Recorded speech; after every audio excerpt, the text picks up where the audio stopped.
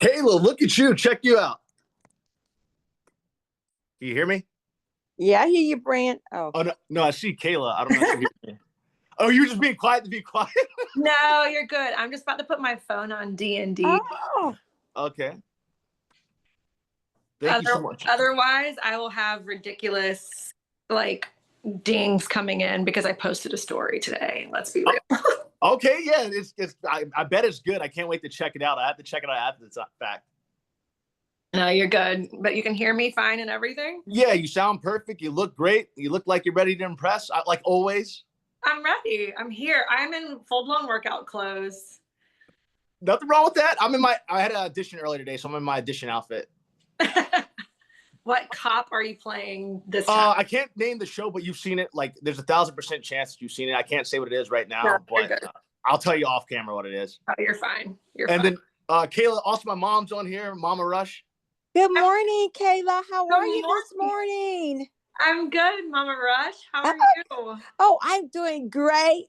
Today, Mama Rush I stayed up watching a show. Righteous Gemstones. Righteous Gemstones. Yes. Yeah, I was told I'm supposed to be watching this, and I'm going to disappoint because I have not started watching it yet. Oh my, you're going to love that show. But But any rate, you look beautiful this morning. Oh, thank you.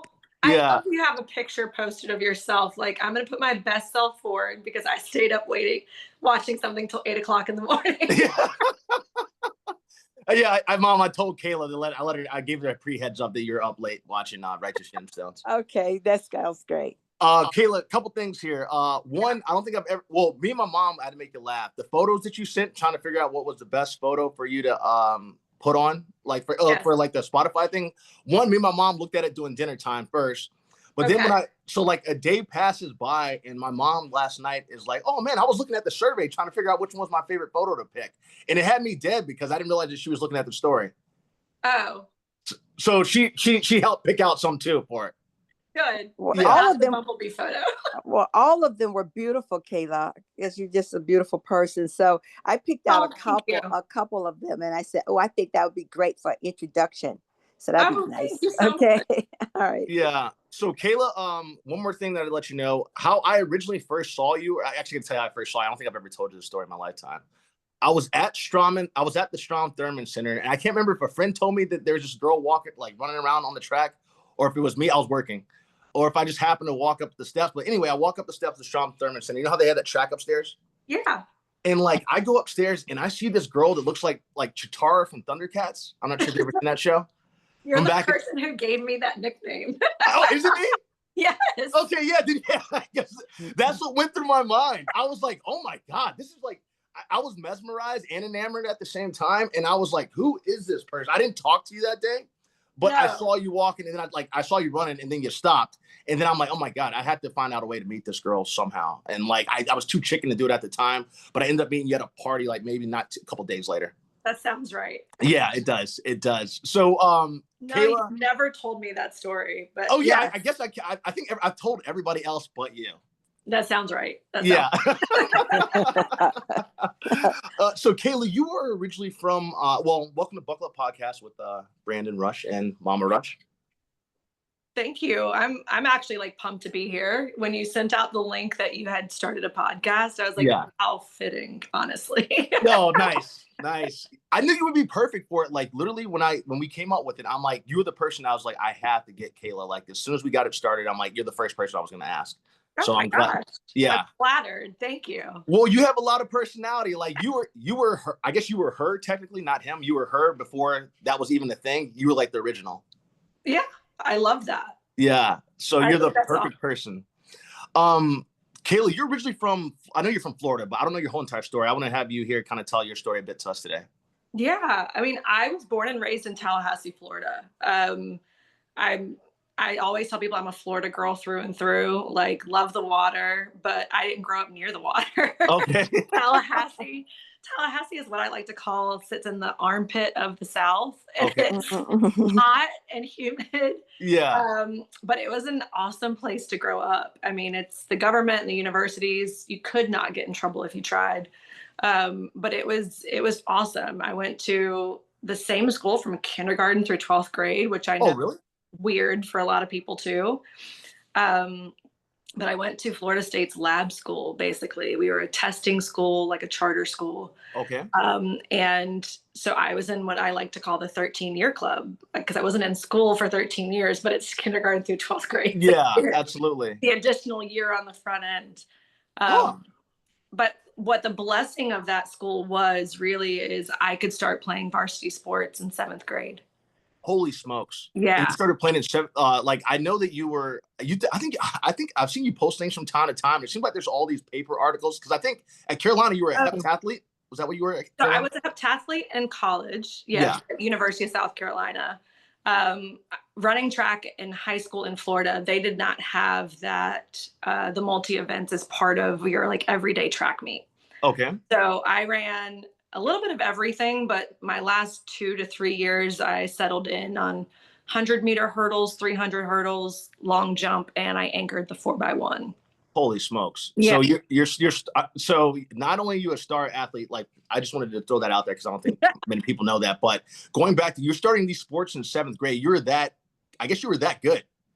So yeah, I mean, I was at a small school. We counted every student as 1.5 so that we could go up in a like classification. We were technically that small. I had 144 people in my graduating class. So jeez. Yeah, tiny class. Yeah, tiny it really is. But so yeah, I started playing sports at school in 7th grade because I was playing softball and I was a gymnast until I was 12. Okay. I quit both when I was 12 years old and I looked for something new, and I ended up trying out for volleyball and track. Track, I ran varsity track starting in 7th grade, and volleyball, I was 8th grade when I started varsity. Like at the high school level, if I'm not, am I hearing that correctly? Because that's insane. Yeah, no, varsity high school level. Yeah. Wow. So a lot of people thought I was like a dumb kid and was getting held back when I was like a junior and a senior. They're like, you have to be 20 years old by now. Yeah, like, why seriously. have I been running against you for so many years? Yeah. It was awesome. Yeah, that's impressive. Like, to ask you a question, that were your parents athletes, or is that just something naturally God-given? Yes, my parents were both athletes. My dad would tell you he was the best athlete ever in Tallahassee, Florida. Yeah. But randomly throughout life, we had people corroborate those stories. So, oh, really? So he was him. Yeah, he was him. And I would never want to say that out loud, but yeah. Over the years, we have had people that we've met who also grew up in Tallahassee and stayed there. And they're like, no, your dad was the fastest kid I ever met. Like, holy smokes. So yeah, he would tell you he walked up, uphill in the snow, however many X miles to school, knowing good damn well it doesn't snow in Tallahassee, Florida. But my mom also played sports. She was a gymnast. She played softball. Okay. My dad did track, football. He played basketball. He played baseball. And then I am the baby of 5, and we all played sports. Oh, that was great. Wait, hold up, time out. I didn't even time out. I never knew that. I knew about your brother, but I didn't know that you had Kayla, you're gonna have to break that down too. I never knew you were a family of 5. Yeah, so my dad had 3 kids before he married my mom. Okay. Yes, and so 2 of them I knew my entire life. The one in the middle of all of us, we met about 13 years ago. So yeah, crazy story. But yeah, my dad had kids before he married my mom. He had his first 2 at 17 and 19. Okay. Went into the military. So Chrissy and Craig are 16 years and 18 years older than me. Okay. They were not around really when I was growing up because they were off in college and doing it. But I always grew up having another brother and another sister. Oh, amazing. We were very much a blended family. Their mom and grandmother still came to every holiday, Thanksgiving, Christmas, birthday. Yeah. So I didn't really know what like a half sibling was growing up. It was just my brother and sister. Okay.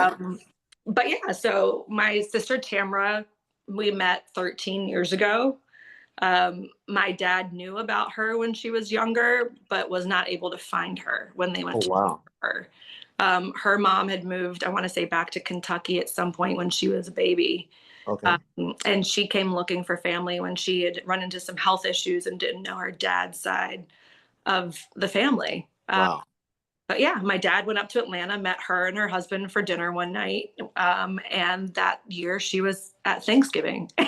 Oh, wow.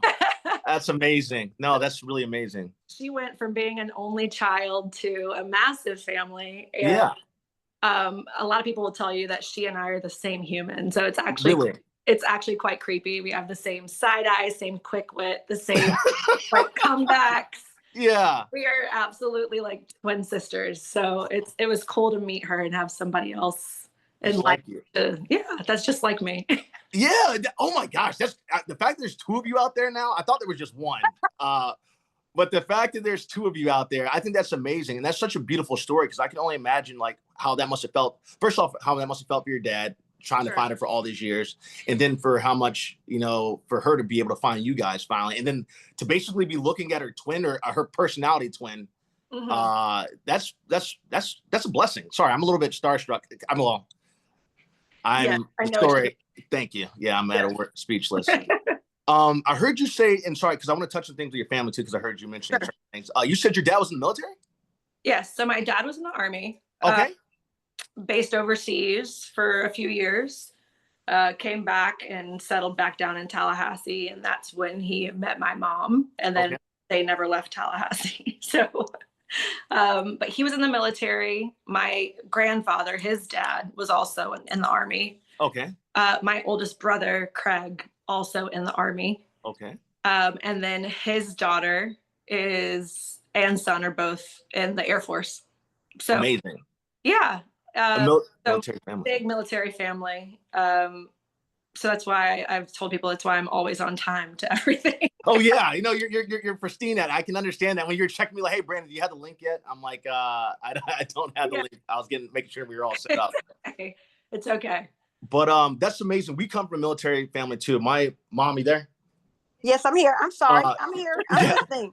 I'm listening to everything and taking some notes, because I'll ask a few questions shortly. Yes, ma'am. So my grandfather was Army. He was a staff sergeant in the Army, Korean War. And then, Mom, you want to talk about your dad for a second there? Yeah, Daddy was a captain. He was in the Corps of Engineers. He graduated South Carolina State University and went straight on, and that paid for his education. He was in World War II. Yeah. And so, but by the time he married my mother, he was out of service. Mm-hmm. But he served his tour of duty, and he tells everybody he walked all over Germany, and he helped build the roads. Not build the roads, but he had to map out the roads for the soldiers to walk all over Europe. And so, coming from South Carolina, that was really, I think he might have been the only Black guy from South Carolina in that group. Oh, wow. Because he was an engineer. He was an engineering major. Oh, so it was different. Yeah. And so with that said, I'm so glad he was able to make a difference for the soldiers and everything. So that was great. And Kayla, he was Army too. That's the part that I think my mom, I'm not sure. He was Army. Army. I was doing the connection there. That's okay. Yeah. So you're killing it. So going back to you now, you're killing it throughout. I guess you're in the school this charter school that goes from kindergarten all the way to high school. I've only heard of that like very rarely. Yeah. So the state of Florida has a few of those schools. Like University of Florida has one. FAMU has one. I know the state has one. Obviously, I went to that one. But I guess they're more concentrated really toward the northeast part of Florida too. Gotcha. Because I had never heard of anything like that down here in Miami. Yeah. Okay. I guess not. So I had a question for you, because I want to settle this debate. I know that the best athletes come from Virginia, because I'm from Virginia, but there's a rumor out there in every state that Florida might have the best athletes. I just want to kind of see what your debate is on that. If I wasn't partial to Virginia, I would like to see some per capita stats for that. But I've always said I think some of the fastest kids come out of Florida. I don't know if it's something in the water or if I say it's something in the muck. So something in the muck. So my brother would tell you some good stories about the muck. There's Florida that is all cotton fields and just tall grass, and there's a a myth that they're fast because they are always out there chasing the rabbits. Okay. And if you look at some of the like fastest running backs and wide receivers out of the state of Florida, they all come from that area. Really? Yeah, you'd be right. Yeah, now that you say that, because you guys do have the fastest. And then there's something down here in Dade County, like something in the water down here in Dade County. They just produce athletes. They do. The board. Absolutely. Yeah. Now, did you compete against those because of where you were in Tallahassee? I guess that whenever you guys went to states, it would be like you would compete against all these people. Oh, absolutely. Yeah. So, and I ran a lot of college level meets when I was in high school. Wow. So my coaches, like I always say, it's weird that they all ended up in Tallahassee, Florida, of all places. But I had coaches when I was growing up that were Olympic, athletes. Oh, So, really? Yeah. What? Yes. So my volleyball coach in high school, my two of them played at the collegiate level. One of them is Rita Crockett, who was part of that 1980 Olympic volleyball team that didn't go. I don't know that story, Kayla, actually. What was that? I don't know that story. Oh, so, and I would love to like talk to her and have her tell it, because okay, well, that's fine too. That was the year, I believe 1980 was the year that they boycotted the Olympics. Oh, yeah. So she didn't get to go. Oh, man. That was one of those, like, she is in the Volleyball Hall of Fame, like, insane athlete. I played with her daughter at my high school. Okay. So, like, you have that. And then on the track side, I had Ray Robinson. Really? Whose daughter was on my AAU track team. Like, and I didn't know who he was. And my dad would always love to tell this story. I was like 8th grade, I think, and I was at track practice, and Ray Robinson told me I was coming out of the blocks the wrong way. Yeah. And I was doing something, and he was like, hey, let me work on your blocks. And I was like, I don't do blocks on Tuesdays. And my dad stopped me, like, in my tracks, like, do you know who's talking to you? Yeah. Like, no. Yeah. Oh, wow. Yeah. Wow. Wow. Kayla, what is your speed in the 100-meter? Oh, I would love to know. I never ran the open 100, and I wish I had, because I entered the 4x1. And I mean, I never did it past the high school level, but I never lost a 4x1. Oh, okay. I got you. I would guesstimate I was probably somewhere in the low 11s. That's excellent speed. Yeah, if I had to guess. But I was a 13.8 in the 100-meter hurdles. Oh, wow. A 43 flat, 42 high in the 300 hurdles. I was a 20-foot long jumper. Oh, wow.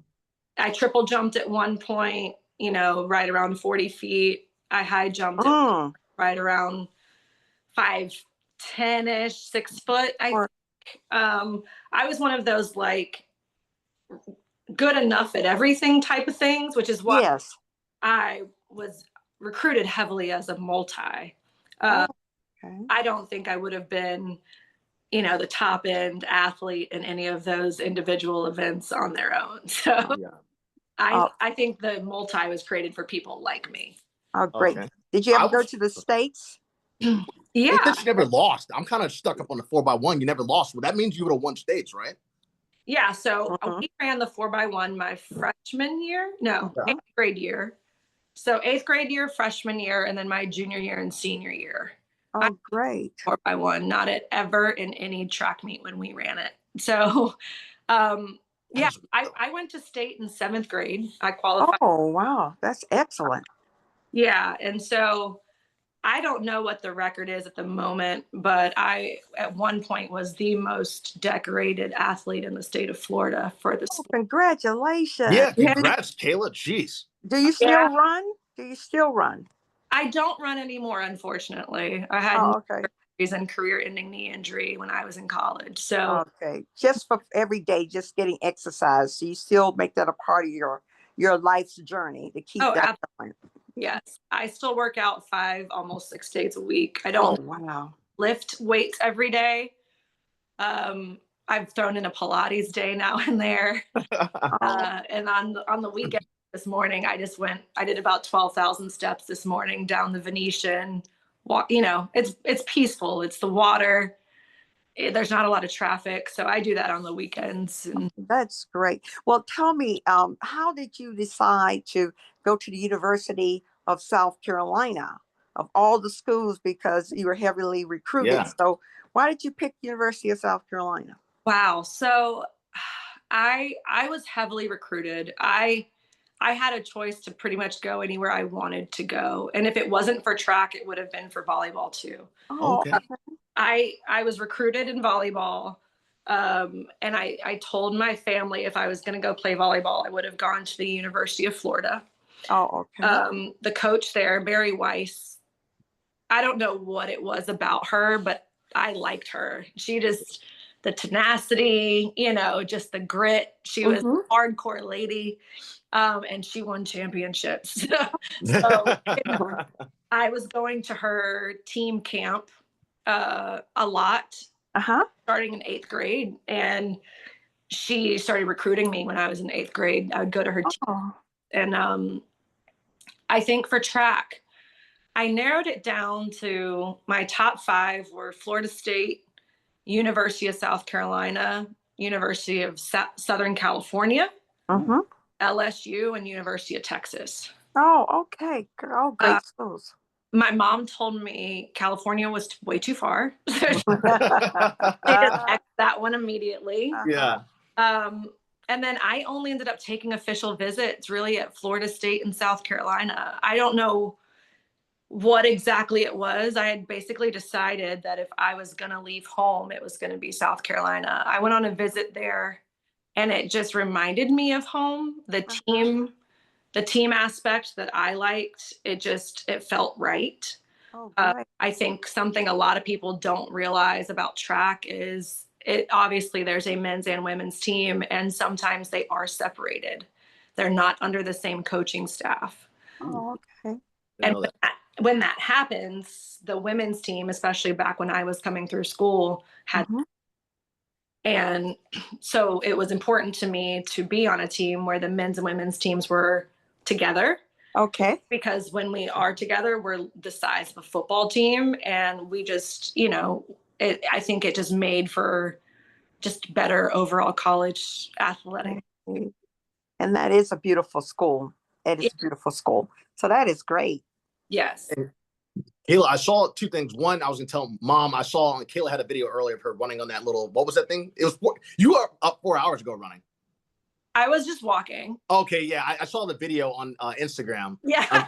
I was gonna tell Mom that, like, Mom, you don't understand. Kayla was actually up. I saw her out there, like, because I saw this, you look good with the Yankees cap. It was great. Yeah, I'm a Yankee fan. I didn't have a choice growing up in my household.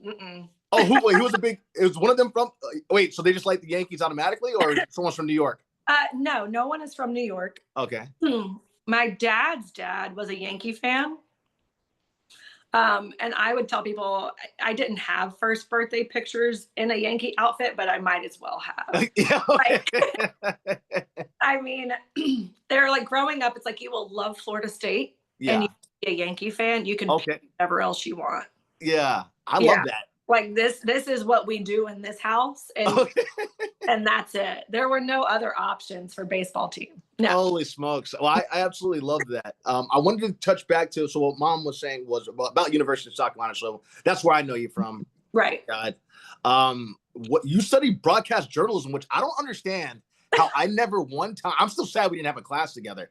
Mom, I just found out the other day we're journalism. We both were journalism. What's that? Journalism majors. Yes, ma'am. And we both were. I just found this out for the first time in my lifetime. I didn't know this. And like for some reason we never had classes together. What made you decide to go after or doing journalism, I guess? I wanted to be a sideline reporter. Okay. Okay. I didn't realize how hard it was to be that. Yeah. But yeah, I grew up in sports and around it, and I love sports. Like people are like, "What do you do on Sunday?" And I'm like, "Well, I'm waiting for football to come back." Like, yeah. Right now, my Sundays are like at the pool or running errands. Yeah. But like, no, I didn't watch Righteous Gemstones last night because I was watching the Panthers game, the hockey. Okay, understandable. Yeah. Okay. OT win 5-4. Yeah. Yeah. So look at you. I am a sports junkie, and I love basketball. I grew up watching football, and my dad made me sit there and learn plays, and he has always taught me you got to look at the line because that's going to tell you everything first, and you're going to know what's coming after that. Mm. And he was like, one day you will get married and your husband will be so proud that his wife will understand he wants to watch football. Yeah. Yeah. Your dad wasn't wrong there. Your dad wasn't wrong there at all. Kayla, have you had a chance to use your journalism major in any job that you've done or your career? I mean, I write stuff all day long. I'm in sales. So I would say there's I haven't used it per se in particular to actual like any kind of journalism. But I learned obviously how to just like what I like to call is write in layman's terms. Yeah. I then struggled in English classes because I was like, my paper's done in 2 pages. I can't give you 12. Like, Yeah. I was, like our professors would tell us like, you have to write like you're talking to dummies, you know, you can't use big, broad words and you can't elaborate and, you know, those kinds of things. But the presence of being on camera and being presentable and those kinds of things have absolutely helped me in my career. Oh, great. What do you do? What kind of work do you do? You don't have to name the business, but just tell That's me. all right. No, I'm in group sales for a hotel. Oh, okay. I've been in this role since last summer, and prior to this, I was the director of VIP and concierge for the same property. Oh, okay. Yeah, That sounds exciting. it was a lot. Yeah, Kayla, what all does that entail? What all, like, kind of, if you wouldn't Mhm. mind explaining, like, what all that entail? First, what you previously did as a Sure. VIP of, my memory's good, but not that good to remember. I was the director of VIP and concierge at a prominent hotel on South Beach. Ooh, wow. I I basically I averaged 12,000 VIPs a year, Mhm. taking care of anyone from, you know, your Fortune 500 CEOs, CFOs, C-suite level people, executives, home office, anyone who's, you know, spending a certain amount of money, books a certain type of room, staying a certain amount of nights. Mhm. But I had a team under me and everything from, you know, tailored stays from day 1 to day 2, you know, to day 5 or 6, or your cars, your transportation, your flights, Wow. your yachts, your, you know, whatever it is that you want to do. If you need tickets to events, if you need, you know, transportation to and from the FIFA matches that we will host in 2026, Yeah. like it's that kind of level of stuff. What I loved most about it was building relationships with people. It was, I think it's one of those roles where you know exactly what you're going to get every day. There could be days where there's not a lot happening, and there's days where I got screamed at. Oh, wow. Yeah, it's hospitality. So Yeah. you deal with entitlement and Yep. but what I think was awesome about that position is I learned how to kind of talk to anybody anyway. That's great. Yeah. The reason I wanted to ask because Brandon, we have how many? About 3.6 we billion. have yes, ma'am. Sorry, I didn't mean to cut you off, Mom. No, go ahead, Mom. You can say it. No, you tell it because you know the stats. Kayla, we have 3 points in 15 days, although we hit 1.2 million at day 5, we hit 2.4 million at day 10. At day 15, we hit 3.6 million viewers / listeners Awesome. in 7 countries. Yeah, we're kicking ass. But what's so good about this podcast and with you being on, there are a lot of kids trying to decide what careers, what do they want to do in life when they go to college and they're spending all this money. And you being on here telling about what you have done, what you're doing for a living, it gives children the ability to maybe hone in on the skills they want to have when they go to college or they're in high school thinking about careers. And so that's why I'm so glad you're talking about the hospitality piece because we haven't had anybody really talk about that particular piece. And so give them that option, that ability to do that. That is so great. Yeah, I would say hospitality found me. I graduated in the height of the recession. Mm-hmm. And I moved to Miami because there was just really nowhere else that was hiring anybody.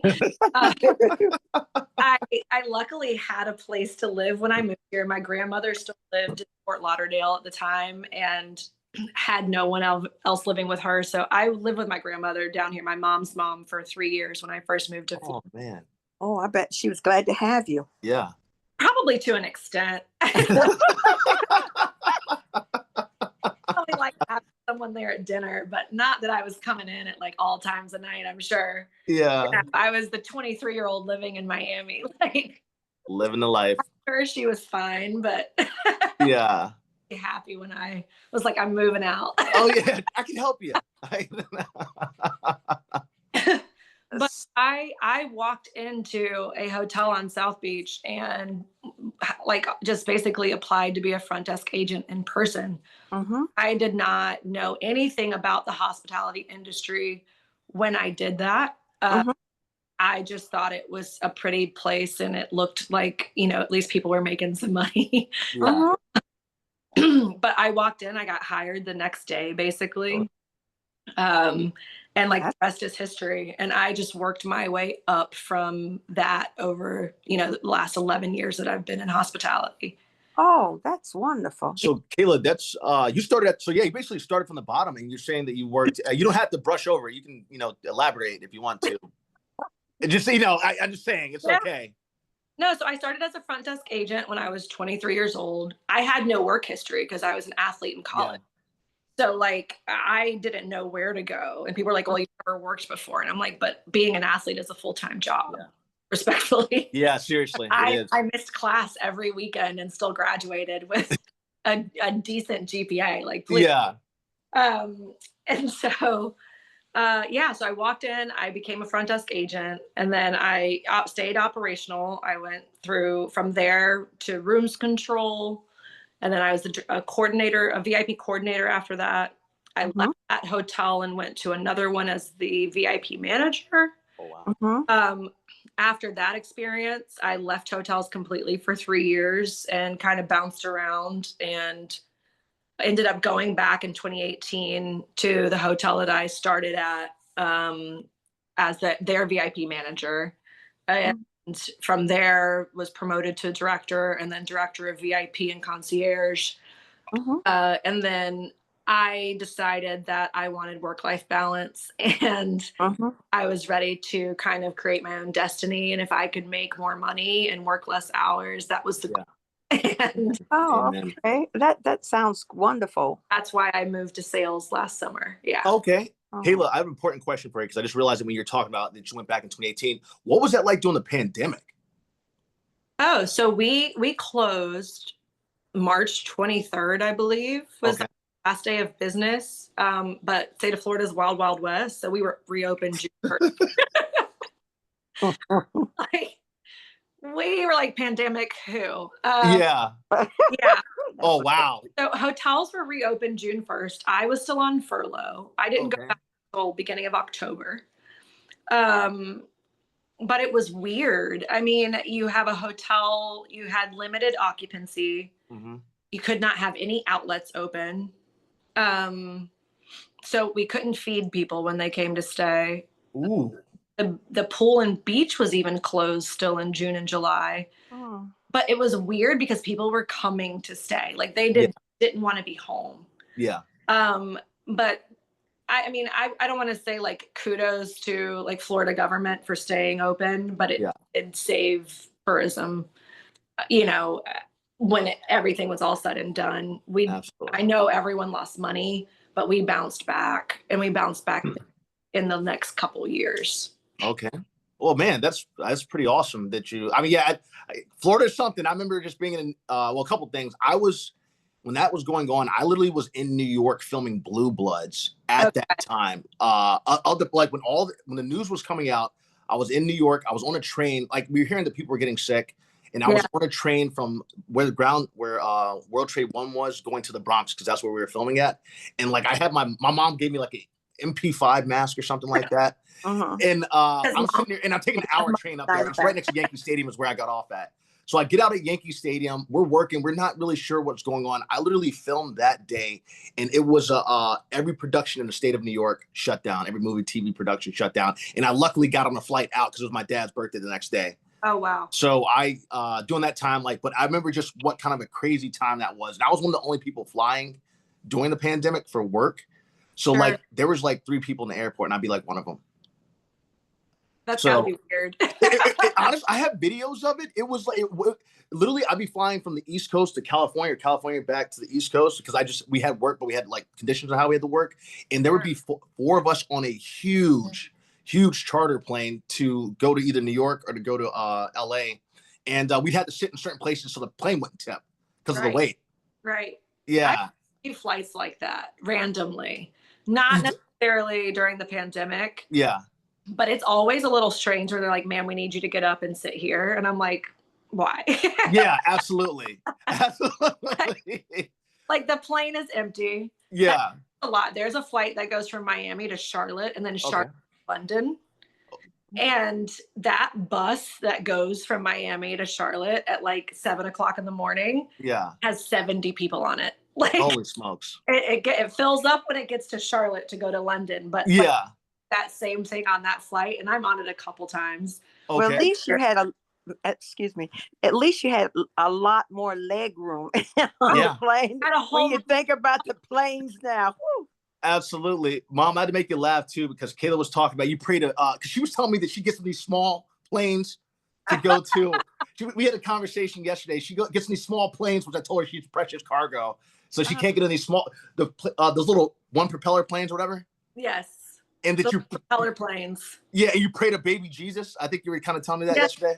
Yes. I unfortunately, in the state of Florida, you would think it'd be easier to fly from a Miami to a Tallahassee because it's the same state, and it's impossible. And to get a direct flight, you got to pay just way too much for what I think that flight is worth. Mm-hmm. And I was telling them, last time I was home, I didn't really look. I just booked the flight last minute. And on the way back, I remember telling my family, y'all, I walked outside the airport in Tallahassee to walk onto the plane, and I saw propellers. Yeah. And what is an hour flight took 2.5 hours. Oh, no. Go high enough to go fast enough. Yeah. Jesus, that's crazy. It's one of those moments where you're like, please just Jesus help us. That's what that's about. I pray when I get ready to board a plane. I always touch the plane outside. Yeah. I touch it right when you're getting ready to go into the door of the plane. I always say, Jesus, please keep this plane in the air. That's what I do every time. I said, bring all the angels, bring everything that's possible.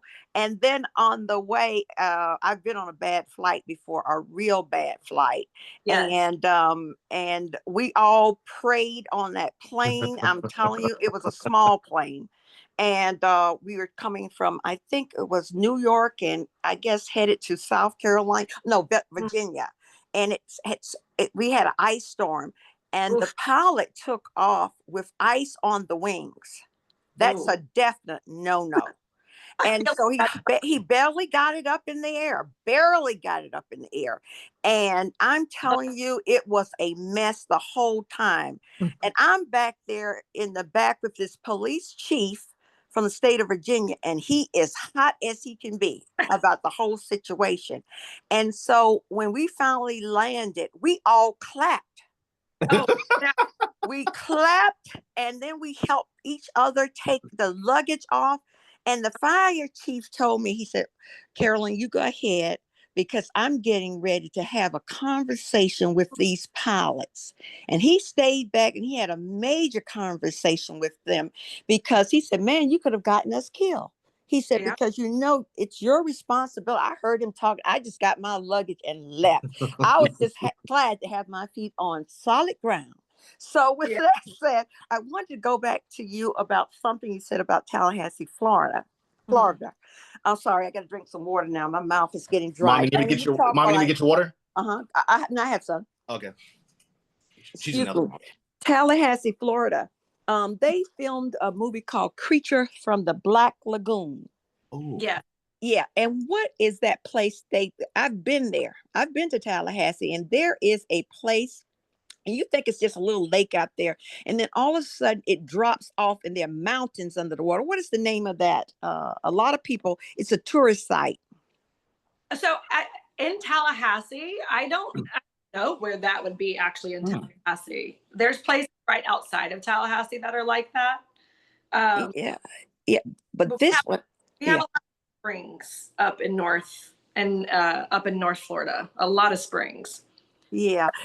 This particular one, I remember this old movie called Creature from the Black Lagoon with Tarzan, I believe. Okay. And we went on a boat ride, and it had a glass bottom boat. And so we were all in this little nice calm area, and the man was telling us the stories about the creature from the Black Lagoon. Yes. And I cannot think of it. And then all of a sudden we went over to this other section of that same and mountains were under the water. Mountains.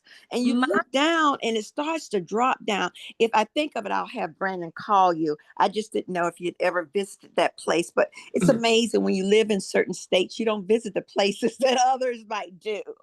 Might be a part of. The only place I can think of is Wakulla Springs. That's it. Yeah. That's the name of it. Have you been there? Oh yeah, we grew up going to Wakulla Springs. You got me at Glass Bottom Boat. I've been on the boat, and I know exactly what you're talking about. Oh yes, that's it. I could not think of the name of that.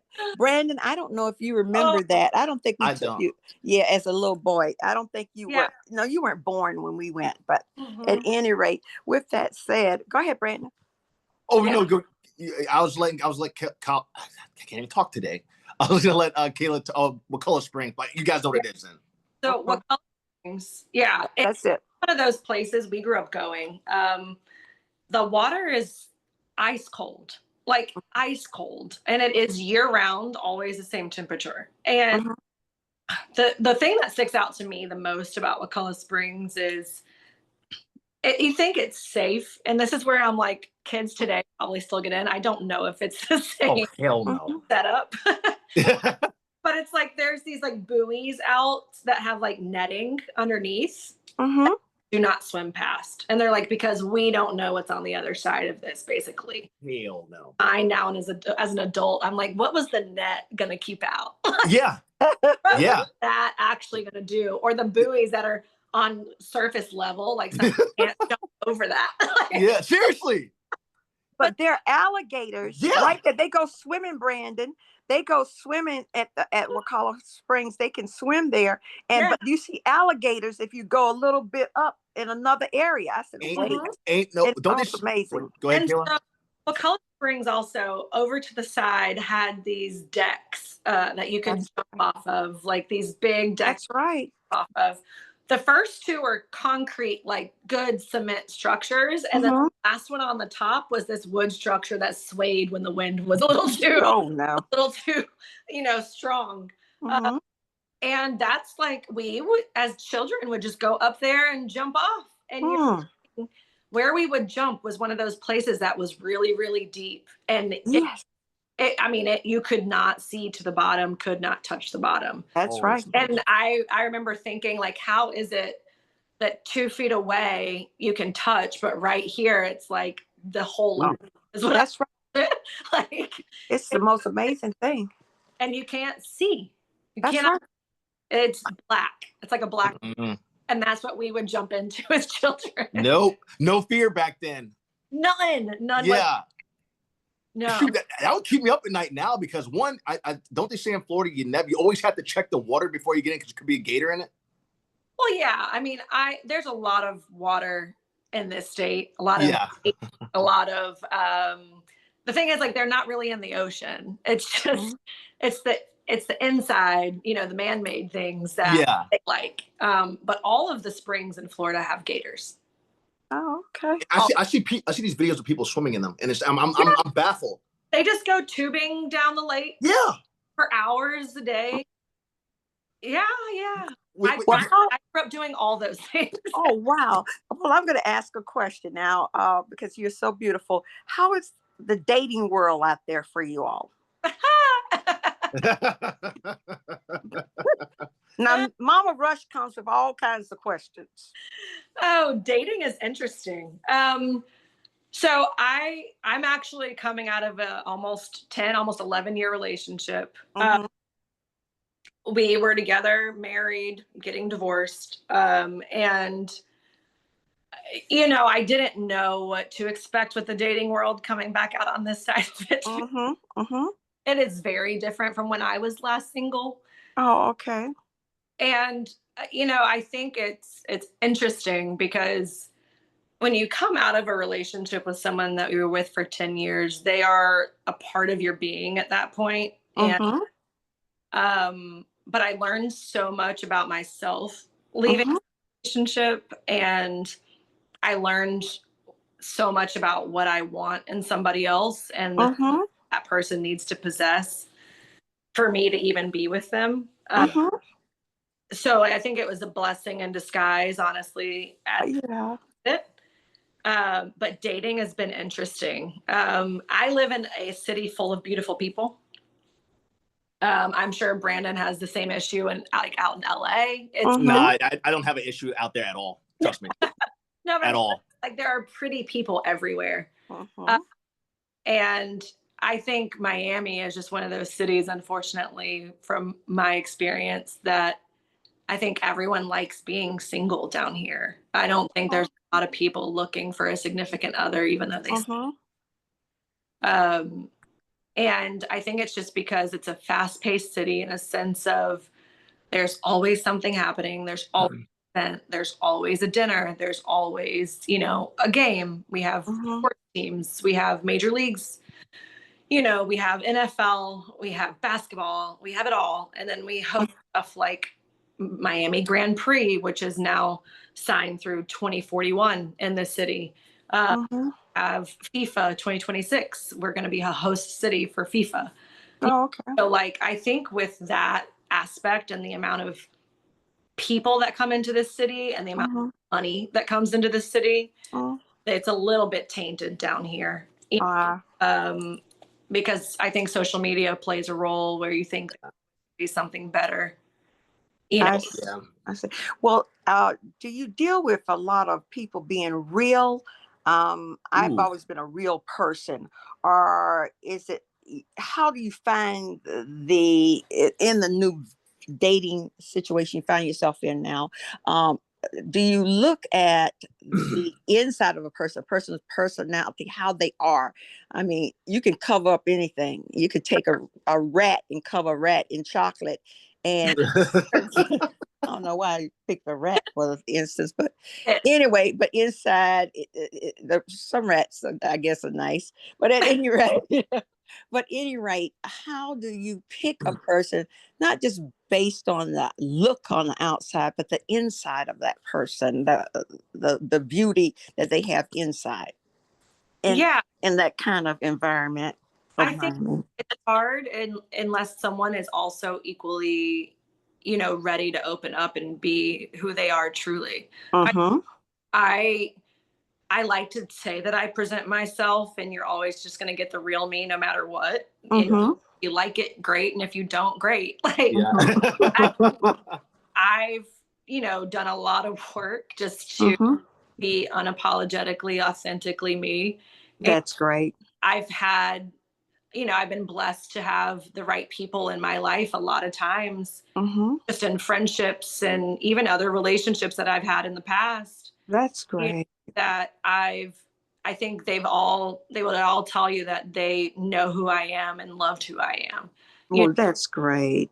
But I think it's hard because you're obviously, I think the physical attraction always comes first because, a hello and a hello or a hi, how are you? Not going to give me your full personality. But there's a lot of pretty people that I've had dinner with that have on inside nothing. And it is a thank you next. I just, I move through it faster than I thought. Wow. Well, I see how Brandon and you online dating. I would not have known how to do that. Online dating, that would have been crazy for me to try to figure out. I would be too scared to do it. And meeting crazy folks that look good, and then all of a sudden you might be calling Jesus and all the angels from heaven to rescue you. I met Brandon's daddy at church. Okay. It wasn't the same church that I went to, but I just met him at church, and he was a good man. And so, yeah, so I think it's interesting because I think that's why like a lot of like work relationships happen, because you're there probably most of your day. Are the people who you genuinely get to know the best typically. Yeah. But I think that's why there's a lot of who end up like dating someone that they already know too. Yeah. Or they circle back and go to someone past that they didn't necessarily have a relationship with back then, but do now. Yeah. And I think it's really just because I think a lot of people just do not open up about who they are at the end of the day. I wish nothing more than to have like just these like crazy deep conversations with somebody who, wants to peel apart all the layers and get to know me down inside, because I think that's where all the beauty is, honestly. Yeah, that's a good advice. I wanted you to talk about that because of the age group on the podcast, and a lot of single men, women, and all, and they're trying to make decisions about who do they want to take life's journey with the rest of their life, and to enjoy that part of it. And I know there are different people with different personality types and all, but will that person make you happy once you peel that onion layer back? And can you get through that part of it? But at least one thing I can pick up on, that you have a beautiful spirit myself through the phone. And I can tell that you are authentic. And I always say that I want these young girls and guys out there to listen to what Mama Rush is saying, because I think this is an area where you all can get on and talk about different relationships and what you would advise a friend to do, or I wouldn't do that, or whatever like that. But I think those are the stories that need to get out. You don't quite hear all those stories all the time on this type of level, social network level. But I'm so glad that you felt open enough to discuss that with Mama Rush today. Yeah. Kayla, I'm going to speed run through it real quick for both you and Mom. One, I'm the same person 24/7. I have a problem with speaking my mouth. I have a problem with speaking who I am since I was a child. I always speak my mind, but I've always kept that authenticness to me. As you said, either you take it or you leave it, which is why when I got to LA and it was like Flakes R Us University, I never, that's why it's always been like oil and water with me. Like people like, you're not from here, are you? I'm like, no, I'm not. Like, they're like, clearly, you're like from the East Coast. I'm like, yes.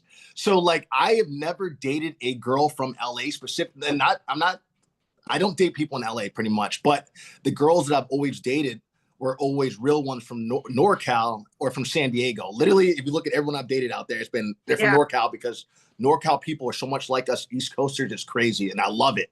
And so every girl that I've dated has been my girlfriend, has been either from NorCal or, San Diego. But when it comes to LA and like Flakes R Us University, where you can pour sugar on all those flakes out there, it's just, I was like, it feels like it's a lot like Miami, where people are worried about looks. I want to have a conversation with somebody and know like, hey, what's the real you? Like, instead of me getting, first off, I get out there and they're like, hey, I was always asked, what's your sign? And I'm like, oh my God. I've never been asked this by a girl in my lifetime until I got out in LA. And I've probably been asked that question, I want to say a good like 500 times. I'm like, I don't follow horoscopes, but whatever it is, it never seemed like it was me. And then people are like, oh my gosh, that's totally a Virgo thing to say. I'm like, oh, Jesus, like, I don't follow the horoscopes. I have been told that I am a Capricorn through it. I'm like, okay. Yeah, what does that mean? Right? Like, I understand it to like the nth degree. Like, it's not that I can like dig into. But like once someone sends you that, your algorithm changes on social media to tell you. Oh, I didn't know that. Capricorn. Yeah. So phone listens to you. Now everything Virgo is going to pop up for you, and you're going to have an understanding via social media. Yes. I had a friend of mine who, well, when's Capricorn? When is that? I didn't know what month that. I don't follow these horoscopes. I didn't know what Capricorn was a thing. Birthday's January 19th. Okay. And I'm the last day of Capricorn. I think it starts like December, I'm going to say like 21st-ish. Okay. I don't know exactly. Sorry. Neither do I. I can't help you out there much either. But yeah. Sorry, Kayla. So what? So basically, when it comes to like everything you say, I agree with you 100%. Like, yeah, get to know me. Like, it's not about what I do for work. It's about me as a person. Because back out there in Flake's University, it's like they're always asked, "Oh, well, what do you do for a living?" I'm like, why is that the topic point? Do you have anything else inside of you at your core? And you know what's crazy is I went on a date, and in 30 minutes, the guy told me how much money he makes a month. Loser. Loser. I'm sorry. That's a loser to me. Like, and I remember being just so turned off. I don't care. Yeah. Like, I've had other conversations with him at this point, and my thing is, why? Like, what made you tell me that in the first 30 minutes of meeting me? Like, I don't understand. Like, tell me where you're from. Tell me how you grew up. Tell me your relationship with your parents. Sure. Like, how many brothers and sisters do you have? Like, that for me is like first 30 minutes. Not, it needs to be. Not, oh, by the way, I have the XYZ, this amount of businesses, and this is the amount of money I clear every month. Like, oh my. We call that a tool. Sorry, that's just me. And I called my mom and told her to call me to get me out of that. That's what I was wondering. Did you do that? That's what I wanted to ask you. Do you ever say for 30 minutes, I'll be here, 15 minutes, I'll be here, meet me, or I'll buzz you, call me? Do you do that with your mom? I do it with my mom and my friends, but yeah. Oh, that's the right answer then. That's the right answer for you. Yeah, no. So like my mom, I'm like, hey, I'm here. And if, I'll text you if it's going great. If not, call me at this time and tell me it's an emergency. That's awesome. That's the right answer. I feel a lot better. That's never happened to me.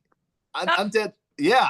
I've had girlfriends that I do that with, like my girlfriends that are down here in South Florida, like there's a couple of us that are singles. So if we are like on a date in said neighborhood where that person lives, like we will show up to that dinner if need be to like be like, and how are you? And then to sit down at dinner with those people. That's awesome and smart. And girls need to know that tip. I never would have thought about it. Girls and guys.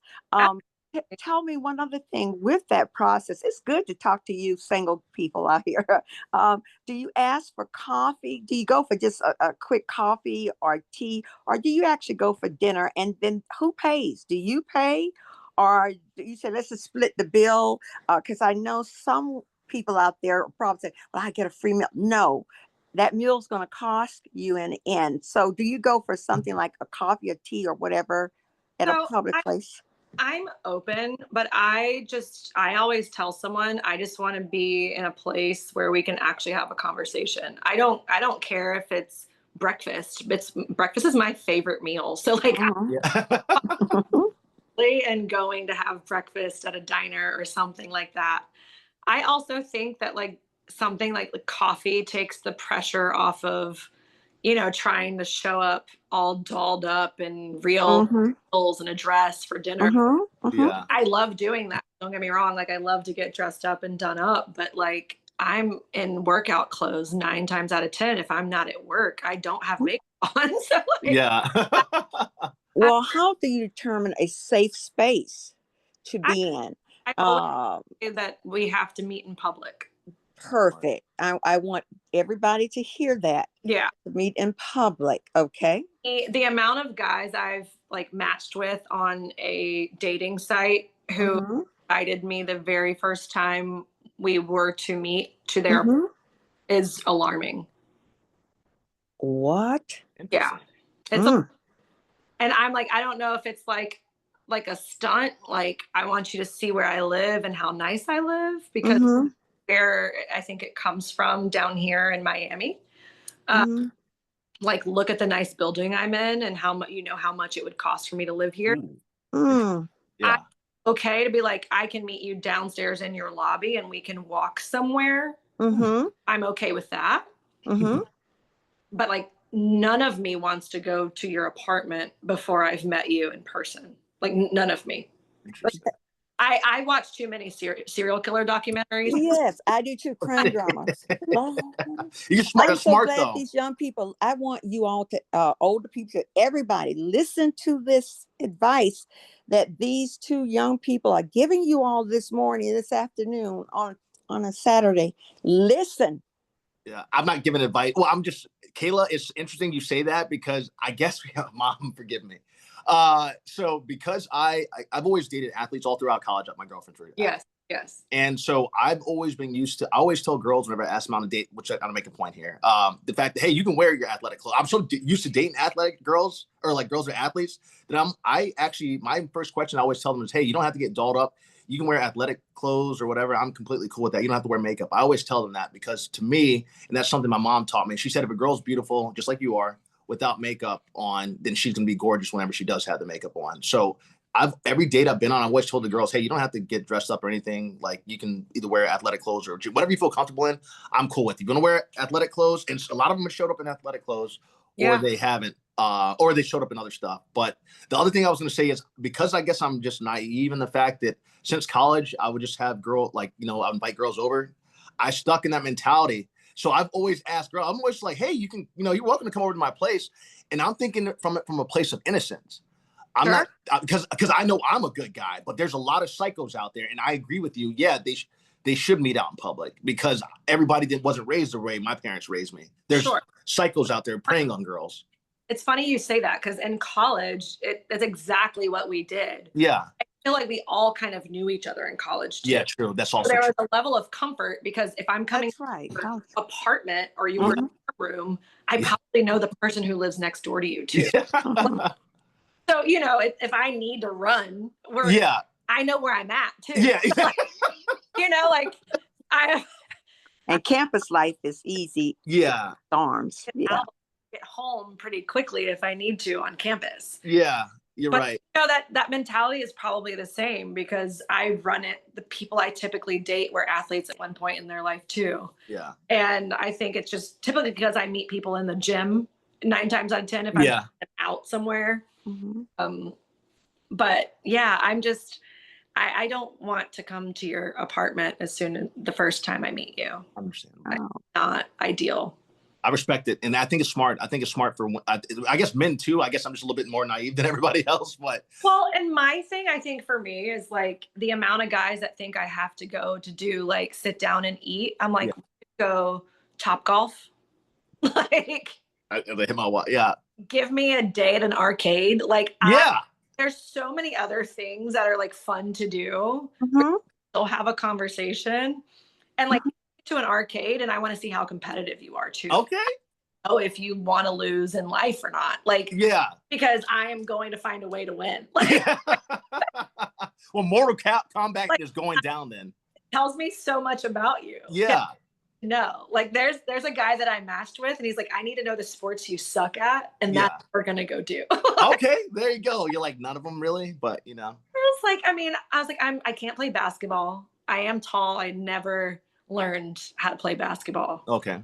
I suck at like actual golf, but I'm great at Top Golf. Yeah. Oh, wow. Actual golf, I get bored. Kayla, I'll have you explain. I know what Top Golf is, but I'll have you explain if you don't mind. Top Golf. Top Golf, Mama Rush is, how do you say? It is basically a golf range. They have multiple floors and you can hit as many balls as you want basically within a certain time frame. Kind of bowling, I guess.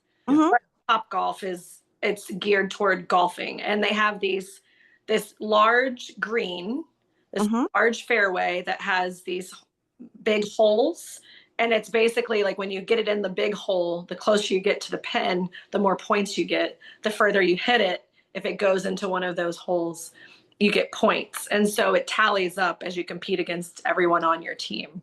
Oh, that sounds interesting. I like that. A lot of Top Golf, you're welcome. We just gave you free advertisement on the Buckle Up podcast, so I will be tagging you all Top Golf in this, and then Kayla Parker or myself or Mama Rush, you have your spokesperson for Top Golf. I'm here. I'm ready. I'm ready. it just happened right there, Kayla. But no, I think it's great because there's food, there's alcohol if you choose to drink. And it's a very casual way like to get to know someone and to have conversation because okay. there's no pressure. Like you literally, like you talk about showing up to somewhere in workout clothes. Like I'm not going to show up to Topgolf in a 4-inch heel, you know? Yeah.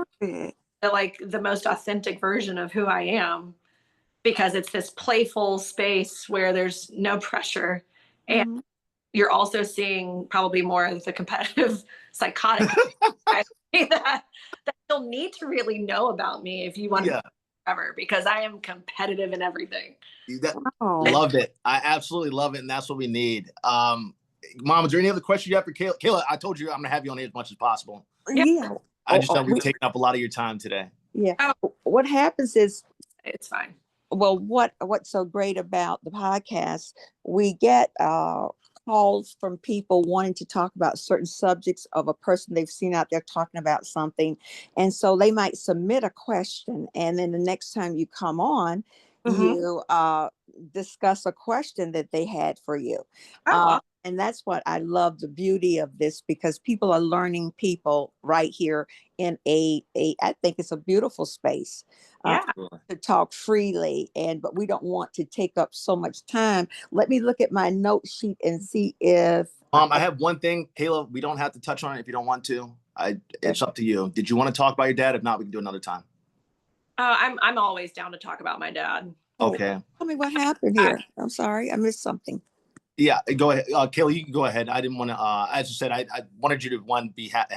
I wanted you to be happy all day, and it's not anything I think that like takes me down and like ruins my day. You know, I think it's a beautiful thing that I still have the memories of him, and you know I still feel him near me all the time. I mean, it was a whirlwind of a few months. You know, it's just kind of chaos in my life. I don't think I understood what I was going through really until one of my really good guy friends called me and was like, I need you to slow down. Basically, you know, I moved out of I separated from my husband at the end of August of last year. I didn't actually really have my own place to live at the time. So I was bouncing around friends' houses and stuff. And I changed jobs at the end of July. I'm separated from my husband at the end of August. And my dad passed away in January 15th. And then I moved again for the third time in 7 months at the end of March. So, you know, one of my best friends called me and said, you know, if you look at the top 5 stressors in life, the only thing you're missing is illness. He's like, and I need to slow down.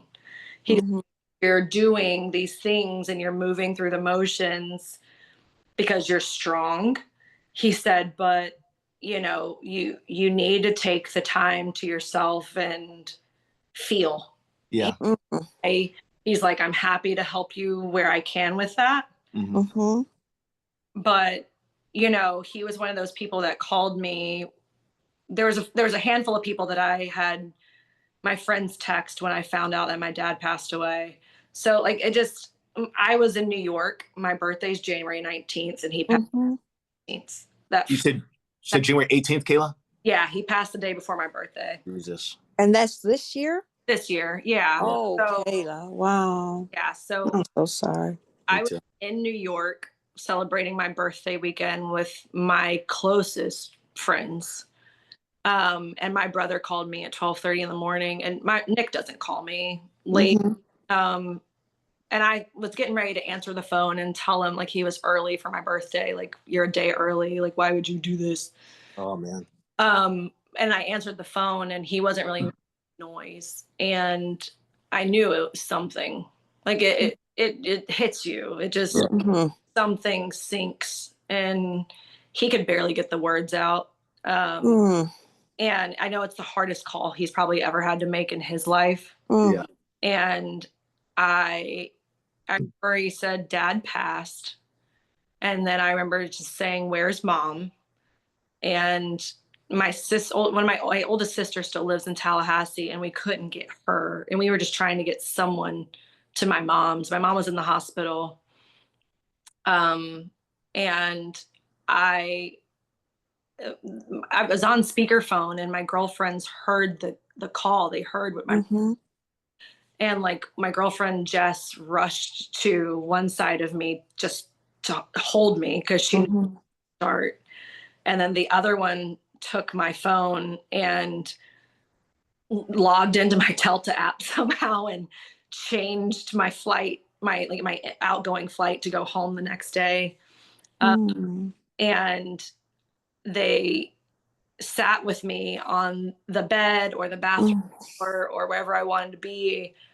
I was crying and shaking, and it just didn't feel real. And it's one of those things where it doesn't feel real right away. And like, yes, I'm going home the next day, and I was like, I don't think I've cried that much ever in my life. And I didn't sleep that night. Like 5 a.m. to catch my flight to New York. I never went to sleep that night on Friday. And I didn't sleep at all through the night. Like I couldn't. And my girlfriend stayed up with me all night and then rode with me to the airport. And my friends, one of my friends had texted a few people for me. And I was just like, these are the people who need to know I'm not coming to work. People who need to know what happened. And two of my guy friends knew exactly when I was going to be landing in Atlanta and when I was going to have a layover, and both called me during my layover so that I wasn't in the airport by myself. And that's when I had that conversation with my guy friend, and he said, okay, you've done it all now. And he's also lost his father. So I think it's one of those things where when someone's been through it, they kind of know how to navigate it when it's somebody else. And he called me, he said, okay, it's time to slow down. He's like, you've hit 4 of the top 5 stressors in someone's life in 6 months now. Like it's slow down. But Kayla, excuse me, I'll let you finish talking. But Kayla, had your daddy been sick, or was it sudden? A little bit of both. He had lung cancer 16 years ago and beat it. But with that comes things. He was diagnosed with diabetes about a year before he passed. He had COPD a few years prior to that. He was diagnosed with that. His lung capacity wasn't great because of the cancer. And he was just on a decline for the last year of his life. And, I was home in June the prior year because June of last year, because I wanted to see him. His birthday and Father's Day were always around the same day. So I went home. And then I was the only kid who went home for Thanksgiving this year. And when I left Thanksgiving, I texted my siblings and said, Daddy doesn't look good. You to get home at some point. Like it just doesn't feel right. Like just, and the next morning he collapsed walking out of the house, and my mom took him straight to the hospital. He was in the hospital for 6 days.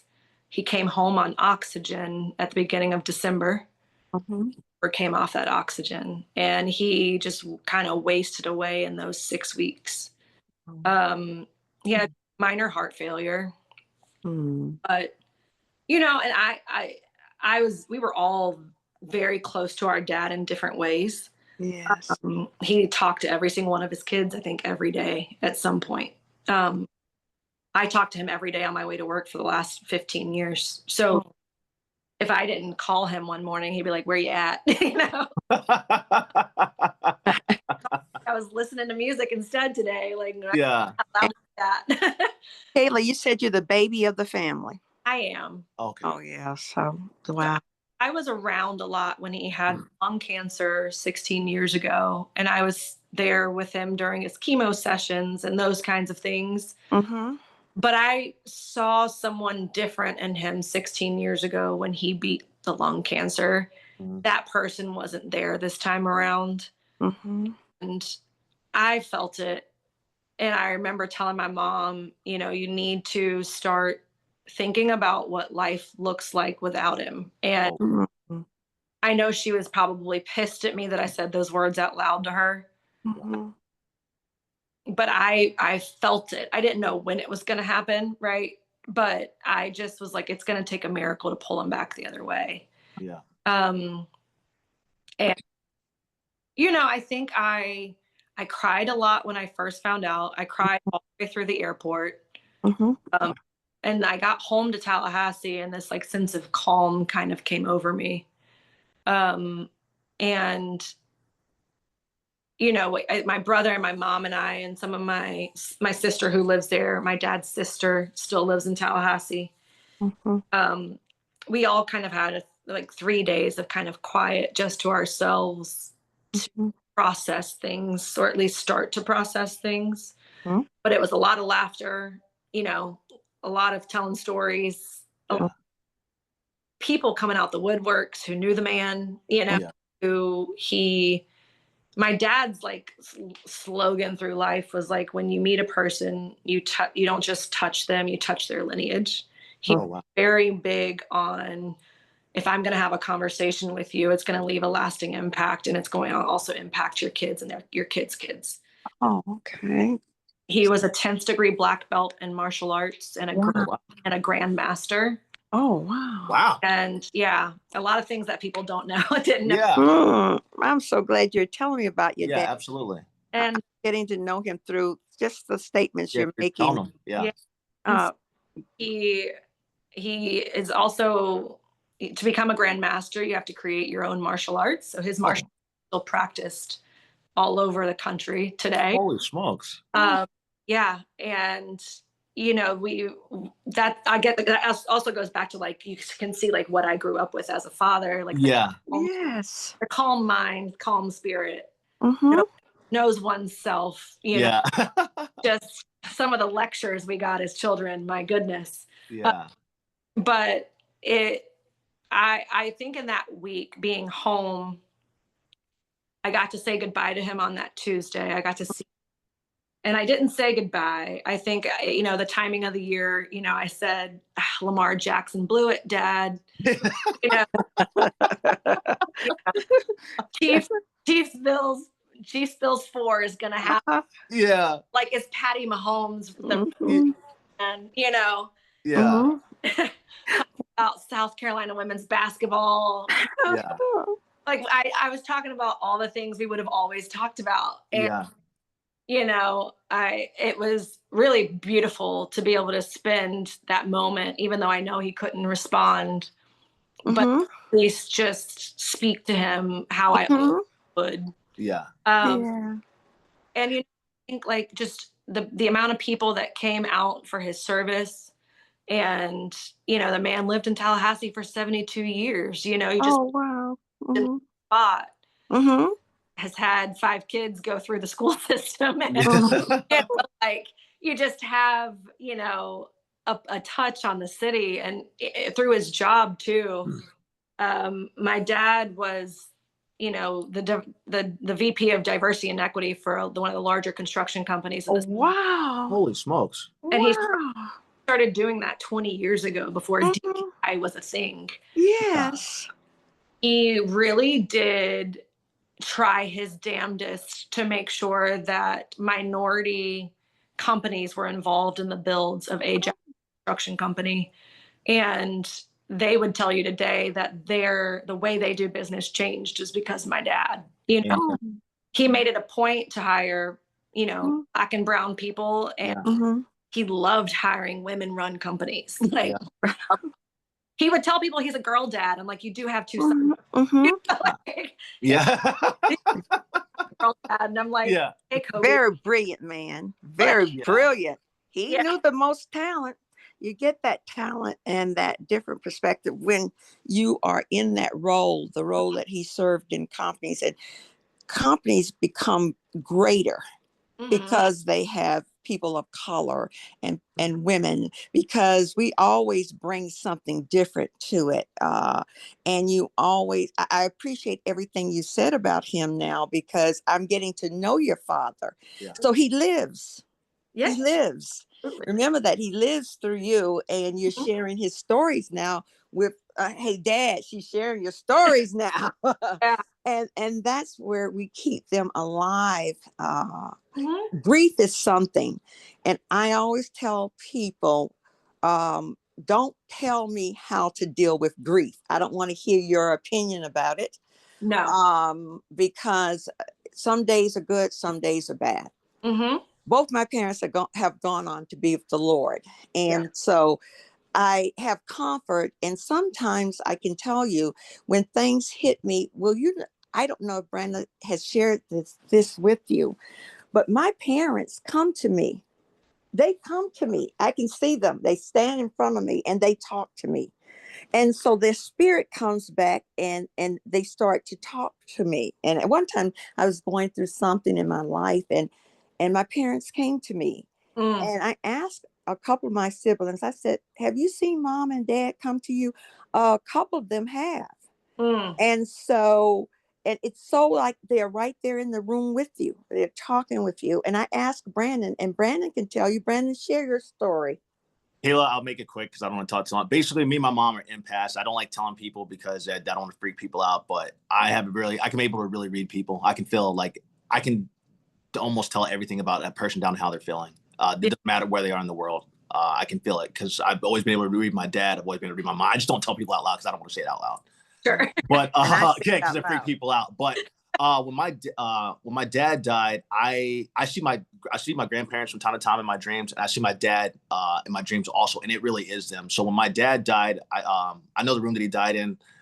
I was back at my house in Virginia. I went up the upstairs. I knew my dad was going to be there, and so he was waiting in the room where I saw him last. Mm. And I said, Dad, like I know you're dead. You're not supposed to be. He's like, I know, Brandon. I'm like, I miss you, and he's like, I miss you too. And it was good to be able to see him then. When I some of the other podcasts, when I was building this whole entire Buckle Up podcast and the AI that I created, I could hear my dad talking to me the whole entire time. Mm. And our cameras in my mom's place were going off, and my mom was asleep, but I was awake because I was up for 24 hours. Yep, 4 days. But the final day I was up for 24 hours, and at like 5:34, my cameras kept going off. I kept going to my mom's room. Hey, there's something going on here, and it was at the same time that I was hearing my dad talking. It was saying that the camera said that there was a person in the room. So what mom's touching on is the fact that yes, we're able to read people. What she's kind of saying, the fact when she said that her parents were there, I know for a fact they were there. I just said I don't say it out loud because I don't care what people think in the first place. But I don't want to scare people at the fact that, hey, this dude can read everything about me without me saying anything, which is why it's a gift we've been given, Brandon. My great grandmother had the gift, Commander, and I said, yeah, and so it's a gift that we have. You can talk to a person, you can read the person's spirit. In talking, we don't have to see you. It's so strange. We can be talking with you on the telephone, and we know through that phone we can tell if you're in a good mood. It's almost like, and we can get you in a good mood if you're in a bad mood. But it's just a gift that we have, and the Bible speaks about certain gifts and talents that the Lord has given you, and that just happens to be one of ours. But with that said, I thank you so much for sharing the story of your father.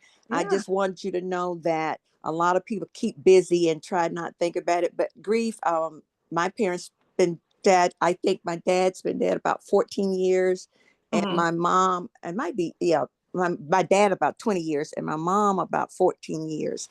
And I think I have that number right. And I still think about them. Some days great days, some days are bad days, but I just keep on, because I know they want me to keep on going. But I look in the mirror. What you're gonna love when you look at yourself in the mirror, you're gonna see your dad. You'll see parts of him. I don't know if you see it in your hands or whatever. I see my daddy's fingers.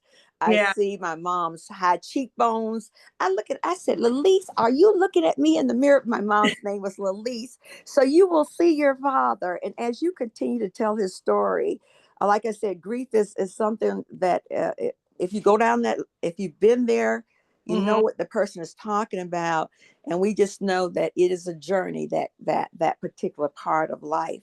But you have just been just a beautiful, cherished young lady that I've gotten a chance to know a little bit more about today. I love how you've taken me through your childhood, almost through college days, through your professional career. And I really wish the best for you the rest of life's journey.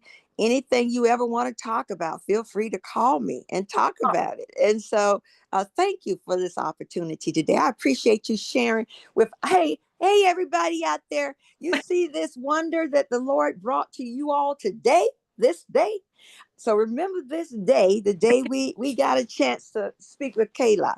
Brandon, anything else you want to say? Kayla, I will say this, not in semi-wrapping up. We'll talk to it next time I talk to her, talk about it. I'll make it fast. During the time, grief happens every day. As I said, I still cry for my dad every day. Yeah. But I also remember those people that weren't there for me when my dad passed. And that hits me like the sound of them. We had a little conversation about that. It is deafening, the sound of our friends not being there for us, or that we have been there for. Because from knowing you and from everything you told me, you've been there for everybody, just like I've been there for everybody. You've shown up to people, you've flown to other states to show up and be there present for them when they were going through stuff, marriage, death, whatever the hell it might be. You were there for them. I've been for my friends in a lot of those situations, but not everybody showed up. And I remember. Absolutely. And so that's one of those things where, people who hadn't been in my life for 3 months were calling me when my dad passed away to make sure I was okay. Yeah. And then there's people who've been in my life for 15 years that still haven't picked up that phone. And, I think you learn about people as you get older, and your circle just gets a little tighter and a little tighter, and a little tighter. Mm-hmm. I think for me, I don't want to say it's shocking, because I think I just always give people the benefit of the doubt. Mm-hmm. Yeah. I say I'm naive, but I let you prove to me that you're not a good person. I like to believe that people are good people. Yeah. That helps me sleep at night. Yeah. I just want to be able to say, I think the majority of people are good people. I do. Mm-hmm. But I think that comes from growing up in the South and, being always say good morning and how are you? Yeah. Because I go on my walk and say good morning. Say hello to people. Yeah. Sometimes I'm on the phone with my mom and she's like, does anyone say good morning back to you? I'm like, no. No, not even in LA. Same thing in LA. I was like, I hate it, but I'm like, keep saying good morning. Yeah. No, but like the silence is deafening. Mm-hmm. You think you have people in your corner who do up for you. Yeah. And, I have a small group of friends, and girls and guys. And, I understand that you get busy. Like, I understand life comes at you. Yeah. You don't have time to see everybody, all the time. But, there's people who I did not expect to hear from that, haven't been in my life in 10 years that heard the news and made sure to reach out. There are people who showed up to my dad's service that were on my t-ball team, or like my track team in high school. People showed up to my dad's service who still live in Tallahassee. And I was shocked to see those people, because I haven't talked to them since I left high school. Yeah. And it's like, there are people who I expected to show up who just haven't to this day. Mm-hmm. And I think, like, there's part of me, I don't think about those people often. I can tell I've learned to love and let go. And, people show you who they are, and you just have to let them. And that's so true. That's so true. I told my mom in January, even before my dad had passed away, I told her that, like, I don't ever have New Year's resolutions, because I don't them. Not do I. I don't either. Why do I need to wait till January 1 to be better? Seriously. That's correct. I don't. But I told her, my mantra, I guess, for this year is just let them. If they want to be in my life, let them. If they don't, let them. Perfect. they don't want to get to know me, let them. Yeah. If they are doing something stupid, let them. Like I've just always been this person that's always wanting to be in control of everything around my life. And, even I think to the point of like forcing certain relationships or friendships. Yeah. Because I'm loyal to a fault. And it's not a fault though, but like it's a blessing and a curse, I guess you could. Because I don't want to say I've been used, because I don't think that. But I tend to, like, when people are close to me and I let them into my circle, they get all of me for life. And I know that not everybody is going to give me the same version back. Yeah. So I've just learned to trim those people out of my life, because there's no reason for me to keep pouring into someone who's never going to pour into me. Yeah. And it sucks, because there's some people who've been friends of mine, 15 or 20 years now. Yeah. But if my dad passing away does not trigger you to check on me, you're never going to check on me. Yeah. It's just, and that's okay. And I'm trying to live in this of just like, let it be. Yeah. Well, God gives you the ability to have the weeding process, to weed out. Yeah. The Bible speaks in a certain thing about weeding, what God does. And so in life, I don't know the exact scripture, but in this life, you've been out in a field where you have flowers, beautiful flowers, and weeds grow up. In a garden, I plant a garden. I like gardens. And in that garden, weeds start coming up around it. Yep. And sometimes, and trying to snuff out the beautiful plants I have growing. And sometimes I let the weeds come on up. And then when they think they've taken over the beautiful tomato plant or whatever, I start to cut them out. Just cut that all out. Cut it all out. Because it's taking the fertilizer from something that's going to be great. So that's how I'm going to compare this. And so with life, you will learn over years how to weed out. It can be family, it can be friends. But I always tell Brandon, you might have 30 friends, but at the end of the day, you probably will come down to maybe 6 real friends or 10. If you come down to 12, congratulations. Okay. Yeah. And so with that, I always say you will find a way, or God will show you a way to take that person out of your life. They don't need to be there. They're taking up space. They're not giving you your peace that you need to have. And that peace must be most important to you. And I always tell Brandon, and it means if you have to take out certain people to have that peace, it's a beautiful thing. It really, you can sleep at night. You can grieve on your own. You don't have to worry about doing anything to please anybody else about that process. You're just doing it yourself, and you're taking that journey. It's good to have really great friends too. The ones that made my list.